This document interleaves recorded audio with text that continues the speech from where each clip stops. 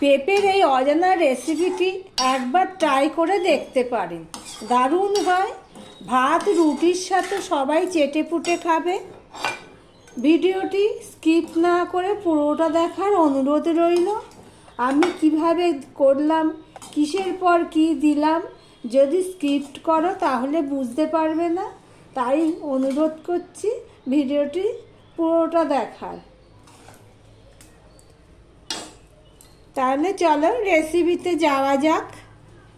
বন্ধুরা, আপনারা দেখছেন কুকিং হাউস অফ অনিমা। আজকে একটা পেঁপে আলুর অজানা রেসিপি তোমাদের সাথে শেয়ার করব। তার জন্য দেখো এখানে কড়াই বসিয়ে দিয়েছি। কড়াইটা গরম হয়ে গেলে আমি এখানে দিয়ে দিলাম সাদা তেল। এই রান্নাটা আমি সাদা তেলেই করব। এখানে দেখো এই অজানা রেসিপিটির জন্য আমি এখানে পেঁপে কেটে নিয়েছি, একটু বড় করেই কেটে নিয়েছি, আর আলু কেটে নিয়েছি। যারা পেঁপে খায় না তারাও চেটেপুটে খেয়ে নেবে এইভাবে করলে।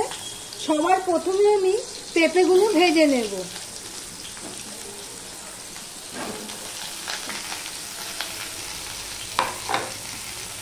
পেঁপেগুলো ভেজে নিলে কি হয়, পেঁপের দেখবে একটা গন্ধ থাকে, সেই পেঁপের গন্ধটা লাগে না, স্বাদটা বেড়ে যায়।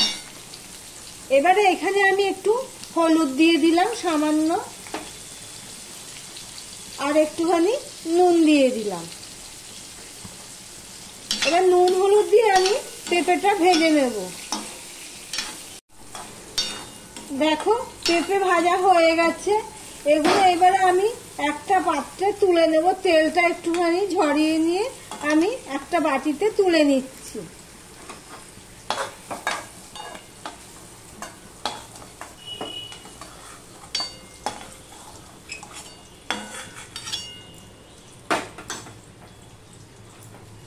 এবার এর মধ্যে আমি আরেকটুখানি সাদা তেল দিয়ে দিলাম। আমার সকল বন্ধুদের আমি বলছি ভিডিওটি স্কিপ না করে পুরোটা দেখার অনুরোধ করছি। প্লিজ তোমরা ভিডিওটা সম্পূর্ণ দেখো। এবারে আমি শুকনো লঙ্কা ফোড়নে দিয়ে দেবো, ছোট ছোট শুকনো লঙ্কা দুটোকে। আর এখানে আমি দিয়ে দিলাম এই 5 ফোড়ন।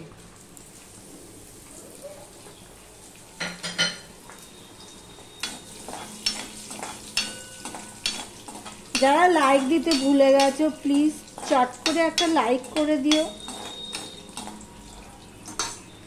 এবার তেজপাতাটাও দিয়ে দিলাম। তেজপাতা শুকনো লঙ্কা সব ফোড়ন হয়ে গেছে দেখো।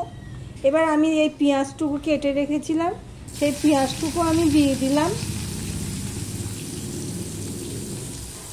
আর এখানে আমি 3-4 কোয়া রসুন কেটে রেখেছি, সেটাও আমি দিয়ে দিলাম।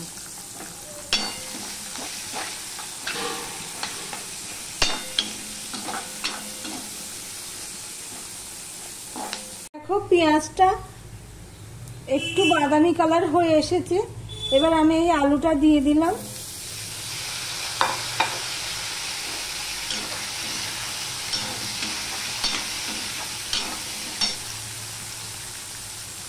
অল্প একটু নুন দিয়ে দিলাম, দিয়ে আলুটা আমি ঢাকা দিয়ে দিয়ে ভেজে নেব। তখন নুন দিয়েছি আর হলুদ দিইনি। আমি এখানে দেখো হলুদ দিয়ে দিলাম, আর 3টে কাঁচা পাকা লঙ্কা সেটা দিয়ে দিলাম, দিয়ে মিশিয়ে নেব। পেঁয়াজটা দেখো ফোড়ন হয়ে গেছে, লাল লাল হয়ে গেছে। আলুটা অনেকটাই ভাজা হয়ে গেছে। এবারে দেখো আমি এখানে টমেটো নিয়েছি আর 1 চামচের মতো আদা নিয়েছি, সেটাও আমি দিয়ে দিলাম। এবার সম্পূর্ণটা ভালো করে মিশিয়ে নিয়ে আবারও ঢাকা দিয়ে দিয়ে কষিয়ে নেব।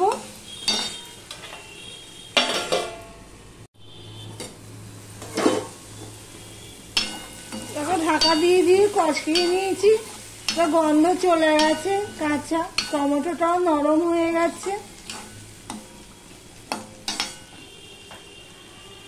এবার এর মধ্যে দেখো আমি হাফ চামচ জিরের গুঁড়ো নিয়েছি, হাফ চামচের একটু বেশি ধনের গুঁড়ো নিয়েছি, আর লঙ্কার গুঁড়ো সামান্য নিয়েছি। তোমরা না দিতে চাইলে এখানে আর একটুখানি কাঁচা লঙ্কা দিয়ে দিতে পারো, সেটা আমি দিয়ে দিলাম। মশলাটা কষানোর জন্য আদার বাটি ধোয়া জলটা আমি দিয়ে দিলাম, দিয়ে মশলাটাকে আমি ভালো করে কষিয়ে নেব। দেখো মশলাটা প্রায় কষানো হয়ে গেছে। এবারে দেখো আমি এখানে 2 চামচের মতন মুগের ডাল আমি হালকা করে ভেজে নিয়েছি। ভেজে মানে কি, না ভাজা, কাঁচা গন্ধটা যতক্ষণ না গেছে একটু নেড়ে নিয়েছি কড়াইতে, তারপরে ভিজিয়ে রেখেছিলাম, দিয়ে সেটা আমি এখন এখানে দিয়ে দিলাম। এইভাবে একবার পেঁপের তরকারি করে খেয়ে দেখতে পারো, দারুণ স্বাদ হয়। যারা পেঁপে খেতে চায় না তারাও চেটে পুটে খেয়ে নেবে।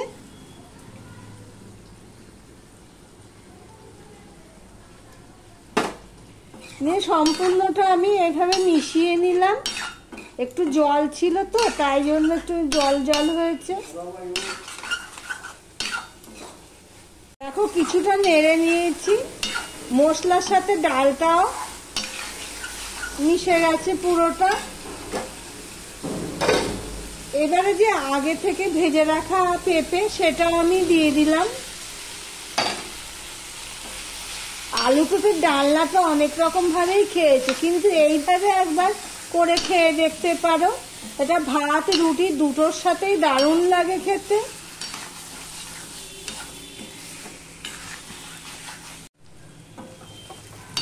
সম্পূর্ণটা কষানো হয়ে গেছে, পেঁপে ডাল আলু তো আছেই। এবার আমি এর মধ্যে পরিমাণ অনুযায়ী জল দিয়ে দিচ্ছি। জলটা দিতে হবে যাতে ডালটা একটু সিদ্ধ হয়, যদিও ভেজানো রয়েছে তবুও তো একটু সিদ্ধ হতে হবে, সেই জন্য জলটা আমি এতখানি দিলাম।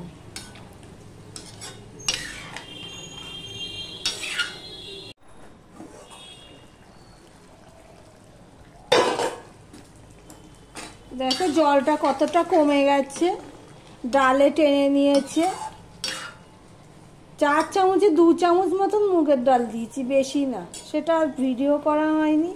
দেখি ডালটা সিদ্ধ হয়েছে কিনা। হ্যাঁ, ডালটাও সিদ্ধ হয়ে গেছে, ঝোলটা অনেক। এবার এর মধ্যে দেখো আমি 2 চামচের মতন চিনি দিয়ে দিলাম। চিনি দিয়ে আমি সম্পূর্ণটা মিশিয়ে নেব।